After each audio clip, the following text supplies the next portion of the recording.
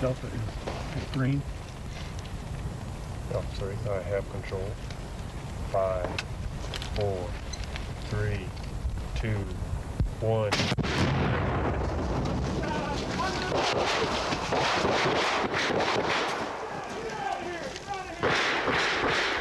Get out of here! Go! He goes down! Down! It's the church! Move! Stay right where you are! Stay where you are! Out 3, out 1. Up in this wall. FBI, be out in a minute. Relax. We got a medevac call. Stay against that wall. Don't move. Stand back. Left leg. Turn around. Over the wall Up there. Keep your hands to the back of your head. Stay up there. Okay. Number 4. Well, you're out in a minute. Number 3, bring your man out. Your left lower leg. Okay, number 4, search that house. Step away from the wall.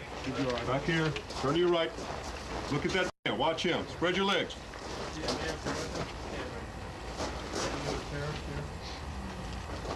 Relax. Do you know if there are any other bombs in this house? No. That you know of.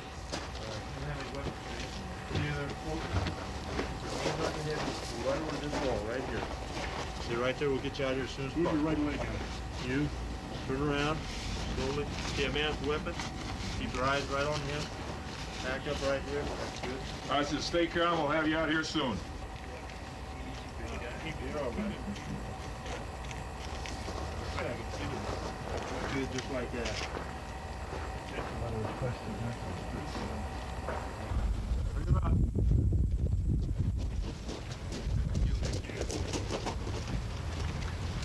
Over here, Mr. Ambassador. Are you all right, sir? Yes, I'm fine. All right, sir. We're going to be bringing out all the rest of the people on your staff. Could you please help identify those individuals? Yes, of Could you course. turn around? You put your hands down, sir. This gentleman here. Yes, Does he he's work for you? he's with us. Yes, he's employed by us. There he comes out. He's friendly. Okay, sir, kneel down. Walk right down that way. How about this gentleman? Yes, he's employed There by he us. coming out. All right. Not a friendly. All right. Not a friendly, Roger. Would you kneel down, please, ma'am? Is that the complete staff that you have? Yes, that is our work. Jordan's coming in. Medevac coming in. Come on in, bring him in.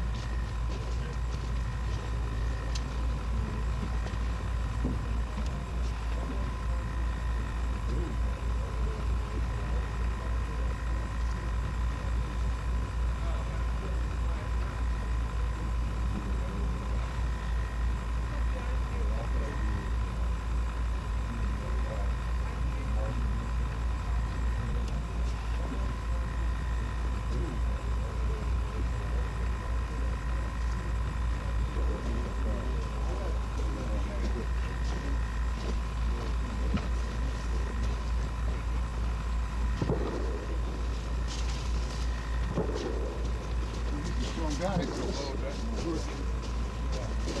in. This side.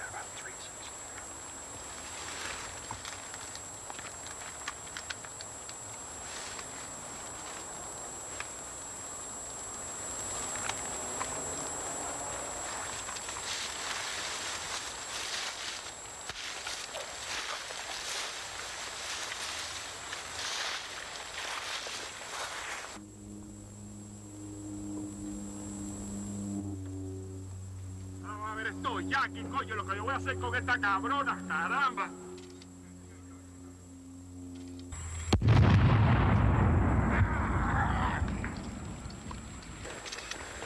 Get up, get up! Come on, let's go!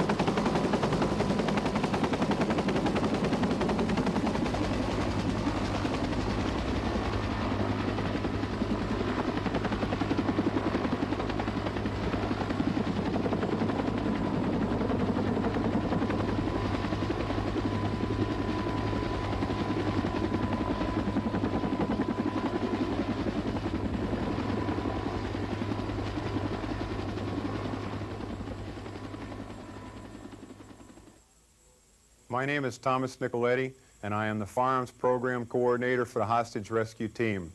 Individual weapons available to the HRT Assault Team include the following: the High Standard Suppressed .22 caliber pistol, the Smith & Wesson Model 13 and Model 19 in .357 Magnum caliber, and the Browning High Power 9mm pistol. Individual shoulder weapons include the Heckler & Koch 9mm MP5 SD3 submachine gun equipped with an aim point projector. The HRT utilizes the Remington 870 shotgun as both a gas delivery system and an alternate breaching method. The mainstay assault weapon on the HRT is the H&K MP5 A3 submachine gun. Also available are H&K's Model 33 rifle and .223 caliber with both the fixed and retractable stock configuration. Suppressive fire or support weapons include the M79 grenade launcher, 40mm caliber capable of delivering high explosive, illumination, and beehive rounds. The M60 E3 machine gun is used in a support fire role. Individual equipment utilized by the hostage rescue team serves two purposes. The first, ease of accessibility to and portability of assault and communications equipment needed during a hostage rescue mission. And, most importantly, protection of the assault team member. Specialized equipment developed by the HRT Research and Development Branch include the following: blast-resistant Lexan goggles, fire-retardant Nomex hood, jumpsuit, and gloves, load-bearing vest, body armor, a quick-draw holster, rappel or climbing harness, and protective assault boots. The development and improvement of equipment is a continuing process on the hostage rescue team. My name is Stephen Wiley. I'm the sniper team leader. The sniper team is composed of 13 members, myself and 12 others who are divided into a blue and gold section. Each section has 3 two-man teams and a team leader. Our mission is twofold.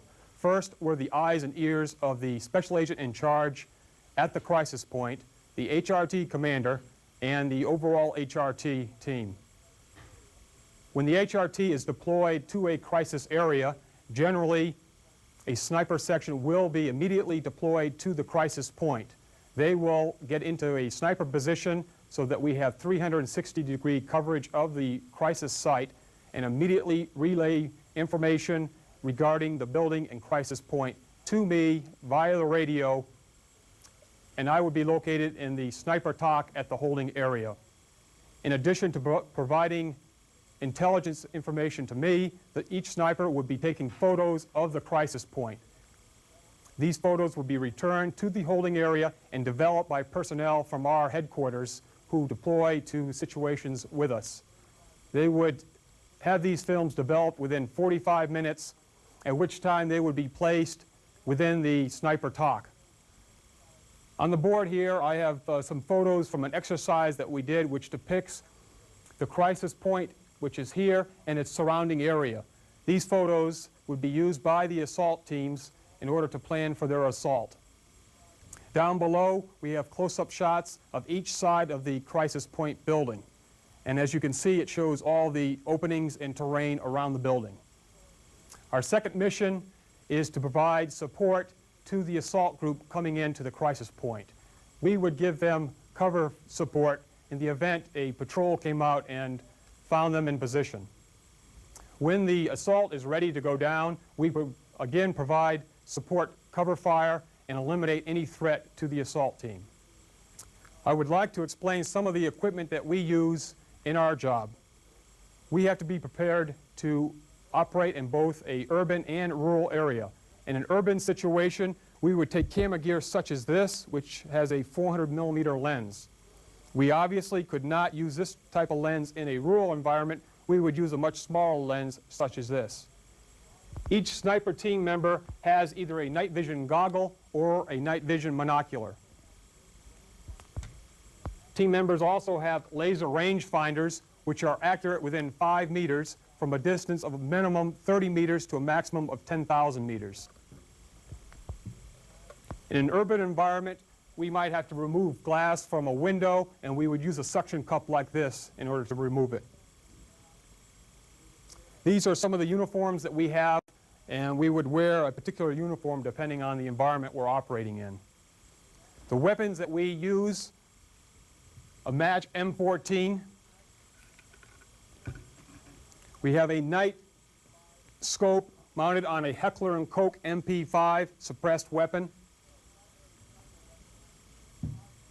And our primary sniper weapon is a composite weapon made by the gunsmiths at the FBI Academy.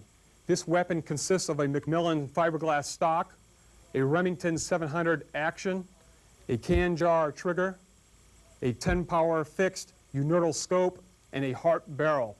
This weapon will shoot 1/4-inch groups at 200 meters. I would now like to introduce Hal Metcalf, who is a sniper team member and is wearing a ghillie suit. The term ghillie is actually a Gaelic word meaning gameskeeper, who in the olden days used to go out and count the amount of game owned by a king. In order to facilitate this, he needed some type of camouflaged outfit.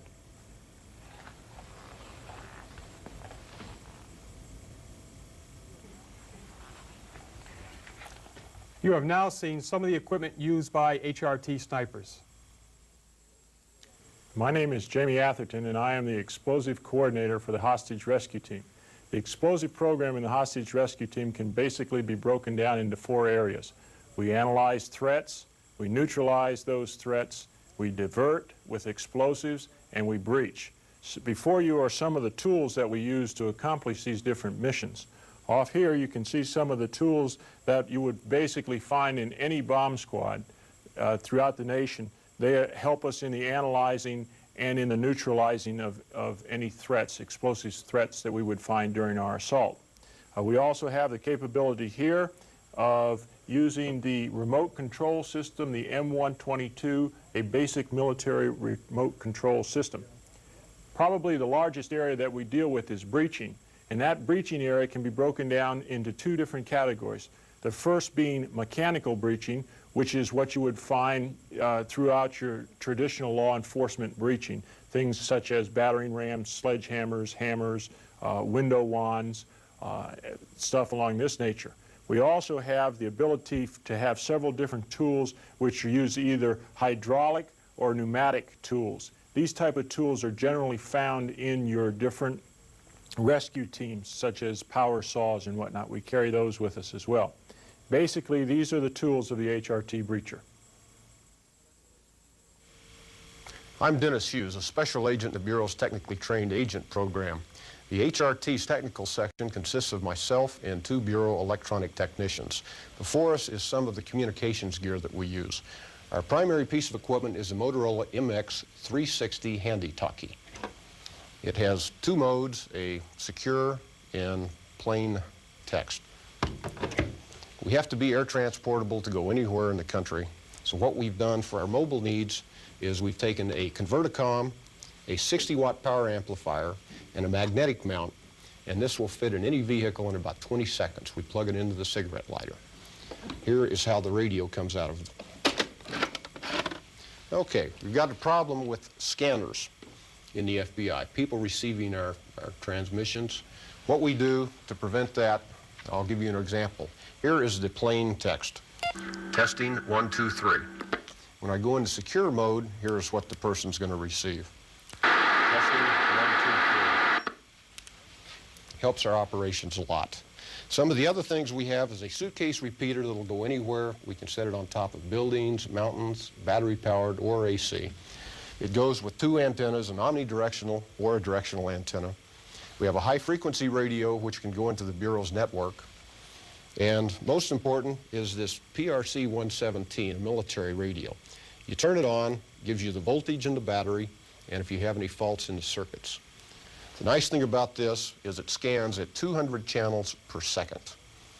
2 things are important about that. Number 1, nobody's going to receive you, and number 2, nobody's going to jam you. And finally, we are entering the space age in the Bureau with satellite communications, which is currently under development. This gives you an idea of what the HRT can do with communications. My name is Charlie Prouty. I'm the team leader for the Hostage Rescue Team Maritime Unit. We have a limited maritime capability. We were trained by the U.S. Navy SEALs in open circuit scuba and combat swimmer techniques. We have the ability to conduct underwater searches to look for such items as evidence, wreckage, or drowned victims. We also have the ability to conduct an underwater hull search to determine whether any explosive devices have been placed on a hull. We also have the ability to conduct a tactical boarding of a vessel and execute close quarter combat to effect a hostage rescue. All of the equipment that we use that you see here has been approved by the U.S. Navy. The reason for this is twofold. The Navy conducts extensive testing of all their equipment prior to approving it. Therefore, we know we're using a quality piece of gear. Additionally, all of our training and requalification is done with the U.S. Navy, and they require that our equipment be compatible with theirs. This will give you a general idea of what we're using. We have here a twin 72 cubic inch steel tank. We use a Conchel 14 regulator. We use a buoyancy compensator or Mark IV life jacket. Fins and face masks are used at the discretion of the diver, whatever he feels comfortable with. And all the divers have full wetsuits, so we can dive in any water conditions. We also have a life raft, a rubber inflatable craft, takes 7 men and equipment, and is powered by a 15 horsepower outboard. That'll give you a general overview, very briefly, of the type of equipment that's being used by the Maritime Unit. My name is Special Agent J. Mulholland. I am the Medical Program Coordinator for the Hostage Rescue Team.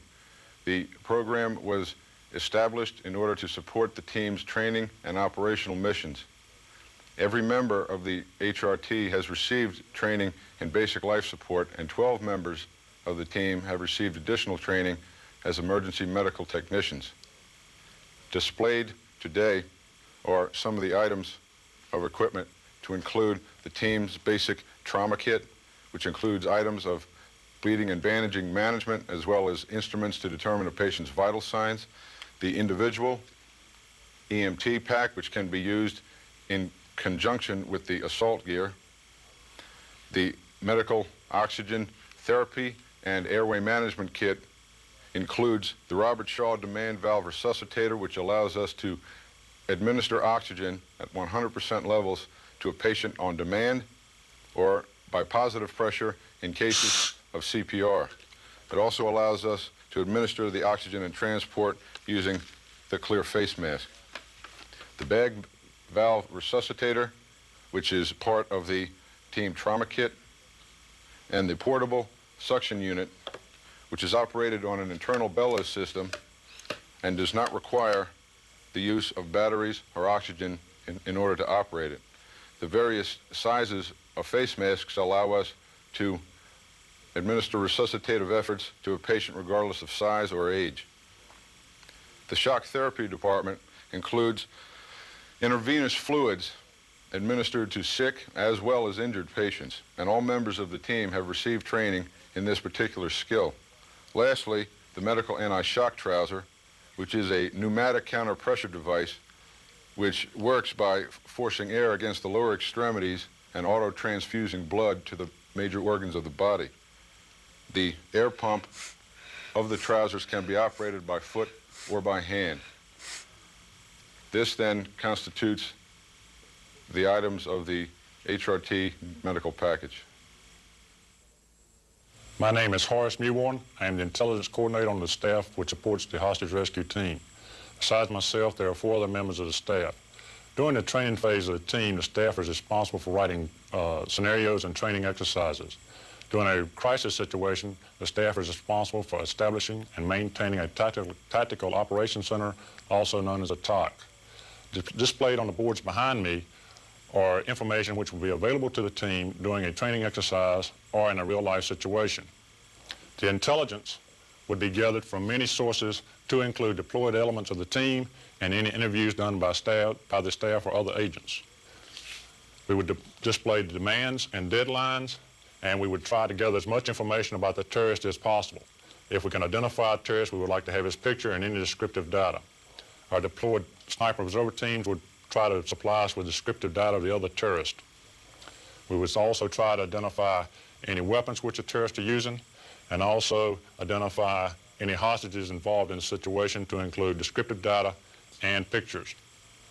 The weather would be important to the team in planning for its final operation, and we would try to identify what the inside of the building looks like and have our deployed sniper observer teams furnish us with photographs of the outside of the building. The information we would supply to the team would be very important to the team in its planning for the final assault.